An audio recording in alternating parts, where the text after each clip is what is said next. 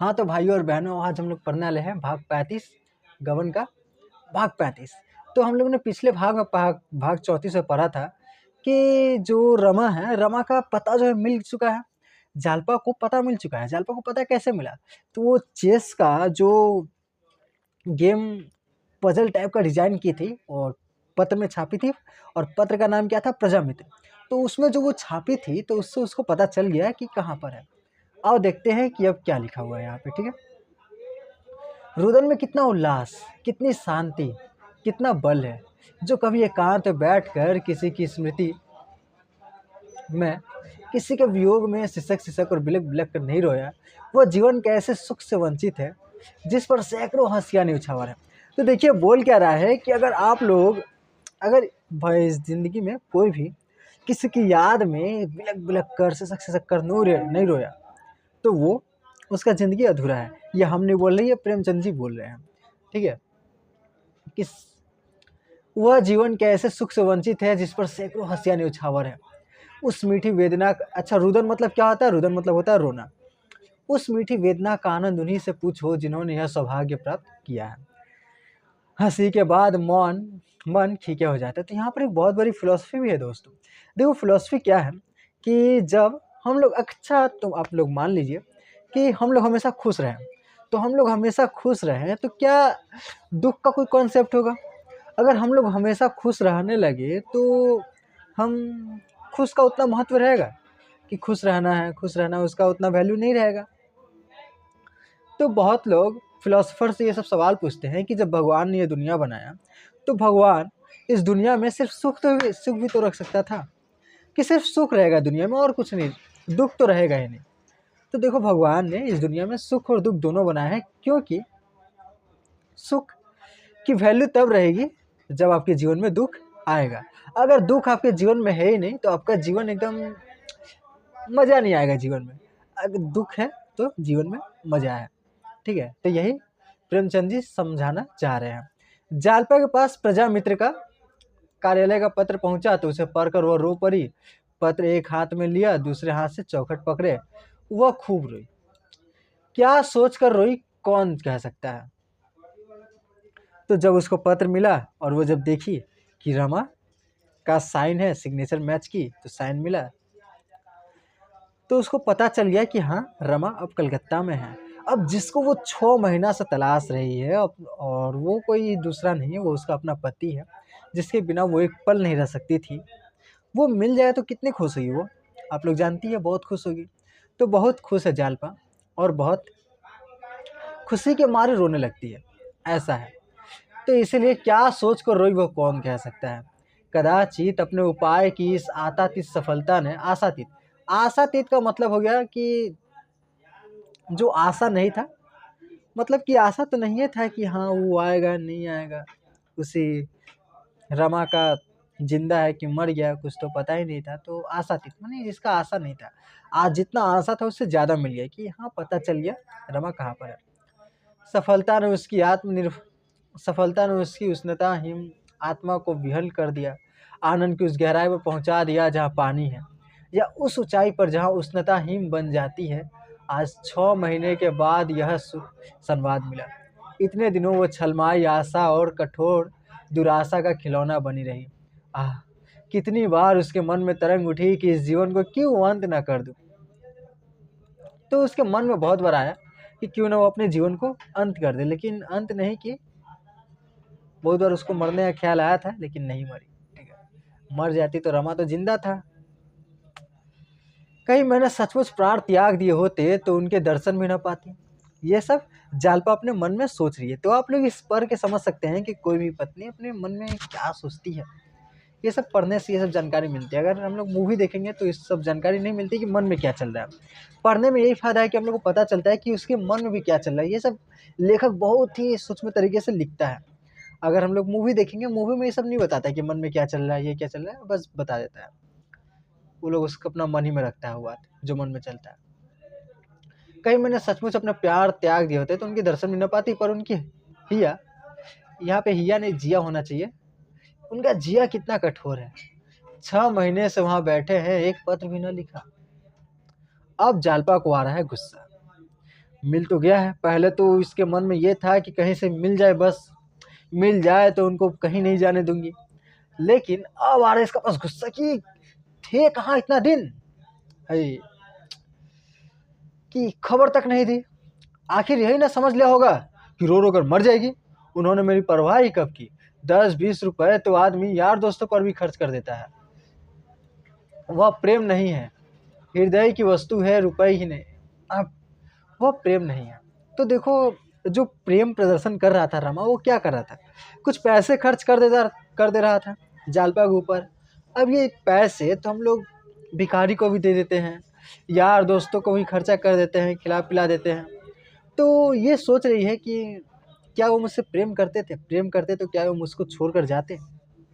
वो भी 6 महीने से कुछ पता भी नहीं किया जिंदा है कि मर गए, कुछ नहीं खबर रखा। पैसा खर्चा किया इसका मतलब थोड़ी ही प्यार करते हैं, नहीं करते हैं। रुपए की नहीं, जब तक रमा को कुछ पता न था जालपा सारा इल्जाम अपने सिर रखती थी। पर आज उनका पता पाते ही उसका मन अकस्मात कठोर हो गया। तरह तरह के शिकवे पैदा होने लगे। यहाँ क्या समझकर बैठी है इसलिए तो वह स्वाधीन है। वह क्या समझकर बैठे हैं इसलिए तो कि वह स्वाधीन है, आजाद है, किसी का दिया नहीं खाते।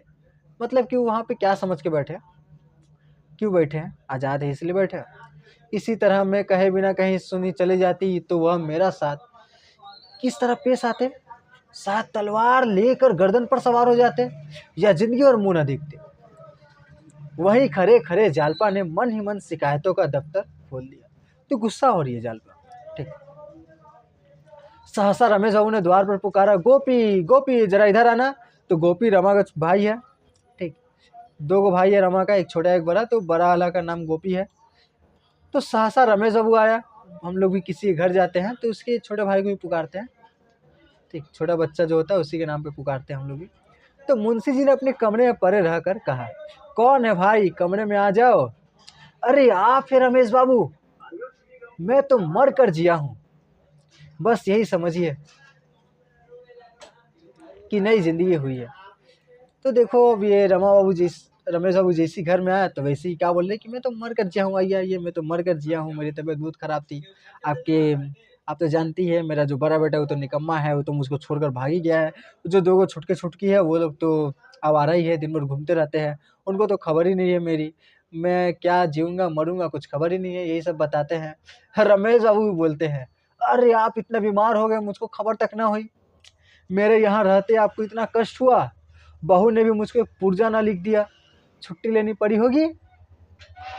तो रमेश बाबू पूछ रहे हैं दयानाथ से कि छुट्टी तो लेनी पड़ी होगी ना आपके दफ्तर से, आप कोर्ट में काम करते हैं, आपका तबीयत खराब है, छुट्टी लेनी होगी। तो तो यहाँ पर मुंशी जी बताते हैं कि हाँ, छुट्टी के लिए एप्लीकेशन तो दिया था मैंने, लेकिन मैंने तो डॉक्टर दिखाया नहीं, काहे कि पैसा है नहीं, काहे कि बड़ा बेटा कमाता ही नहीं है और मैं काम करता हूँ, सारा घर में खर्च हो जाता है, बड़ा बेटा छोड़कर भाग गया है, पैसा नहीं है, इसलिए मैंने डॉक्टर नहीं दिखाया। डॉक्टर नहीं दिखाया तो डॉक्टर का स्लिप कहाँ रहेगा, आप लोग भी स्कूल से एब्सेंट करते हैं, वो मांगता है एप्लीकेशन। तो एप्लीकेशन में अगर तबीयत खराब है एप्लीकेशन चाहिए तो दो चीज़, एक तो एप्लीकेशन और दूसरा डॉक्टर का सर्टिफिकेट भी मांगता है कि डॉक्टर का सर्टिफिकेट दो अगर छुट्टी लिया है तो। अगर डॉक्टर तबीयत खराब था तो वो कैसे मानेगा, डॉक्टर का कागज़ रहेगा तब तो, लेकिन अभी तो डॉक्टर दिखाया नहीं है, तो क्या होगा, ज़्यादा ज़्यादा काम से निकाल देगा। तो यहीं पर यहाँ पर बात है कि काम से निकाल देगा तो निकाल देगा, अब कहाँ से लाऊँ, कागज़ नहीं है तो नहीं है, मैंने डॉक्टर दिखाया नहीं। मैंने कोशिश किया था, मुंशी जी बोल रहे मैंने कोशिश तो किया था कि मैं जाके एक कागज़ बनवा लूँ, लेकिन वो आदमी बिना भेंट लिए मानता ही नहीं है, पैसा वैसा बिना लिए। मगर साहब मैंने डॉक्टरी सर्टिफिकेट नहीं भेजी। अच्छा छोड़ो, तो इधर देखो, अगले पेज पे आते हैं। होगा, मुंशी जी ने माथा ठोक कर कहा, होगा क्या, घर बैठा रहूँगा तो मैंने वही छुट्टी उट्टी हो गई, नौकरी से निकाल दिया तो निकाल देगा, बाहर में जाए। अब झूठ थोड़ी बोल रहे हैं हम, ऐसा मुंशी जी कह रहे हैं। रमेश ने मुस्कुरा कर कहा, मेरे लिए आप तरददूद न करें, मैं आज पान खाने नहीं भर पेट मिठाई खाने आया हूँ। बहू जी तुम्हारे लिए खुशखबरी लाया हूँ, मिठाई मंगवा लो। तो रमेश जी आप लोग जानती है क्या लाया होगा, काहे कि उधर कलकत्ता से फ़ोन किया गया था। कहाँ फ़ोन गया था? म्युनिसिपैलिटी में रमेश बाबू काम करते हैं। रमेश बाबू को पता चला कि वो कहाँ पे है? रमा कलकत्ता में।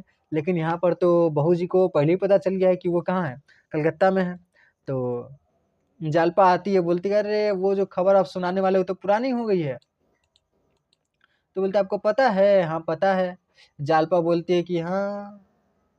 जालपा ने अपनी स्कीम बयान की कि उसको कैसे पता चला। प्रजामित्र का पत्र वत्र सब दिखाया कि मैंने ये उपाय निकाला था। रमेश बाबू बोलते आप तो बड़े चालाक है, आप तो बड़ी चतुर है। तो इसके बाद रतन आती है। रतन आती है तो फिर बातचीत होता है कि अब रमा को लाने कौन जाए। रमा को लाने कौन जाएगा? उन मुंशी जी का तबीयत खराब है, उनकी मम्मी तो जाएगी नहीं, उनकी पत्नी, और जालपा तो जाएगी। जालपा को ही जाना पड़ेगा। रमेश बाबू क्यों जाएंगे? रमेश बाबू तो जाएंगे नहीं, तो जालपा को ही जाना पड़ेगा। तो जालपा जा रही है। लेकिन जालपा जाएगी तो अब कौन देखेगा? ये थी मुंशी जी को कौन देखेगा? उनका तबीयत खराब है। तो मुंशी जी को कौन देखेगा? तो रतन बोलती है मैं देख लूंगी। पहले तो जालपा पूछती है रतन से ही कि रतन तुम चलोगी क्या? तो रतन बोलती है अरे मणिभूषण को जानते हो? मणिभूषण को? मणिभूषण मेरे बैंक में 20,000 रुपया था। 20,000 रुपये कहाँ खर्च कर दिया नहीं पता। अगर हिसाब मांगती हूँ तो आंख दिखाता है मुझको। अजीब आदमी है, मेरा पैसा मुझको आंख दिखा रहा है, काहे कहा जाएगा। दफ्तर की कुंजी पास रखे हुए मांगती हूँ तो टाल जाता है। वो तो सब मेरा बेचने का फेर में है। अगर हम यहाँ से चले गए तो सब कुछ बेच ही देगा मेरा। मैंने उसका घर वर, बड़ा बड़ा घर सब बेच देगा। तो बंगला बिक जाएगा तो नकद रुपए हाथ तो ये सब रतन अपनी चिंता जताती है। बोलती है मैं तो नहीं जा सकती हूँ, लेकिन मैं तुम्हारे पिताजी का ख्याल जरूर रख सकती हूँ। मैं सुबह शाम आ जाया करूँगी, उनको दवा दे दिया करूँगी और उनका थोड़ा ख्याल भी रख दूंगी। ठीक, लेकिन तुम्हारे साथ कौन जाएगा? तो उसके साथ जालपा तो अकेले जाएगी नहीं। तो जालपा अपने साथ किसको ले लेती है? जालपा अपने साथ ले लेती है वो जो पहले जो भाई एकदम शुरू शुरू में आया था। ये तो इसका नाम कहाँ गया?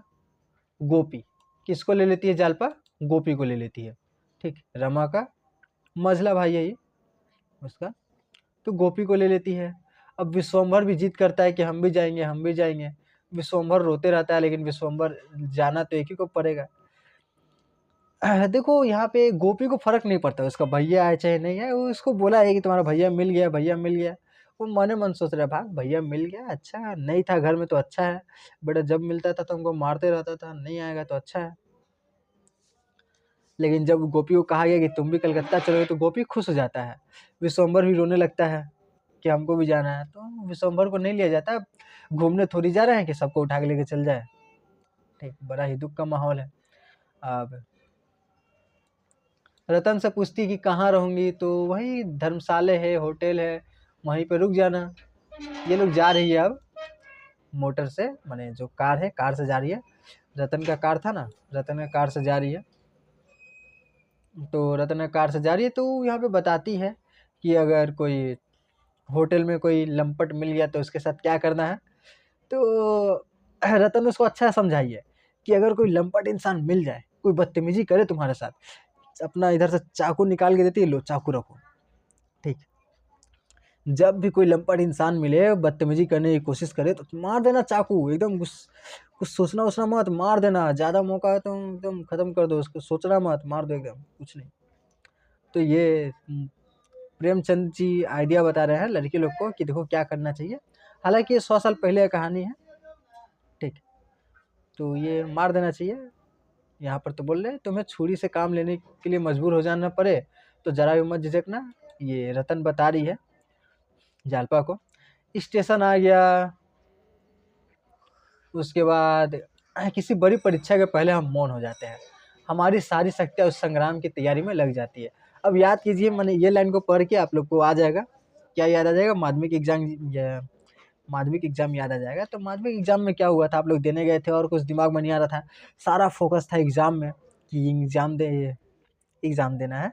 तो यही क्या था, फोकस था। तो बड़ी परीक्षा के पहले हम लोग मौन हो जाते। तो वैसे ही रतन भी क्या थी, मौन हो गई थी। गोपी थोड़ा बॉडी सॉडी बना रहा था, छोटा था, बॉडी सॉडी बना था कर कर। अब ये सब बात सुन रहा था कि कोई भी मेरी भाभी साथ बदतमीजी करेगा तो किसी ने जरा चीज चपड़ की तो तोड़ दूंगा। ठीक, ये गोपी का डायलॉग है कि किसी ने जरा चीज चपड़ की तो तोड़ दूंगा। देखते नहीं मेरा बॉडी सॉडी एकदम, कुछ दिन से बॉडी बना रहा है, बच्चा लोग जैसे करता है। तो बस उसके बाद ट्रेन व्रेन होता है और लोग चल जाता है ट्रेन पकड़ने। और ये एक हरा लाइन है, इस समय उसका दुर्बल मन कोई आश्रय, कोई सहारा, कोई बल ढूंढ रहा था, और आशीर्वाद और प्रार्थना के सिवा वह बल उसे कौन प्रदान करता। तो देखो जालपा चली गई थी भगवान से प्रार्थना करने। अब देखो यहाँ पर भी एक बड़ा फिलॉसफी है कि हम लोग भगवान को क्यों मानते हैं। उसका दुर्बल मन कोई आश्रय, कोई सहारा, कोई बल ढूंढ रहा था। जब हमारे ज़िंदगी में बहुत बड़ी परेशानी, कोई ऐसी परेशानी आती है जिसका समाधान हमारे पास नहीं होता, तो हम लोग जाते हैं भगवान जी पास कि देखिए भगवान जी हमारी समस्या का समाधान कीजिए, कुछ आप ही जो कर सकते हैं कुछ कर सकते हैं, हम लोग कहाँ, हम लोग की क्या गति ब्रजनाथ। तो बस यही है कि हम लोग भगवान के पास क्यों जाते हैं, भगवान क्यों ज़रूरी है। इससे मन को शांति मिलती है, माने भगवान से प्रार्थना करना कि भगवान इस ज़िंदगी में जो परेशानी है उसको दूर करो। तो वो प्रार्थना करती है। यही बल, शांति व आश्रय का भंडार है जो किसी को निराश नहीं करता, जो सबकी बाह पकड़ता है, सबका बेड़ा पार लगाता है। इंजन ने दी सीटी दी, दोनों की सहेलियाँ गले मिली, जालपा गाड़ी में बैठ गई। रतन ने कहा जाते ही जाते खत भेजना, जालपा ने सिर हिलाया। और यहाँ पर है सच्ची सहेली का जो खूबी होता है कि बेस्ट फ्रेंड है।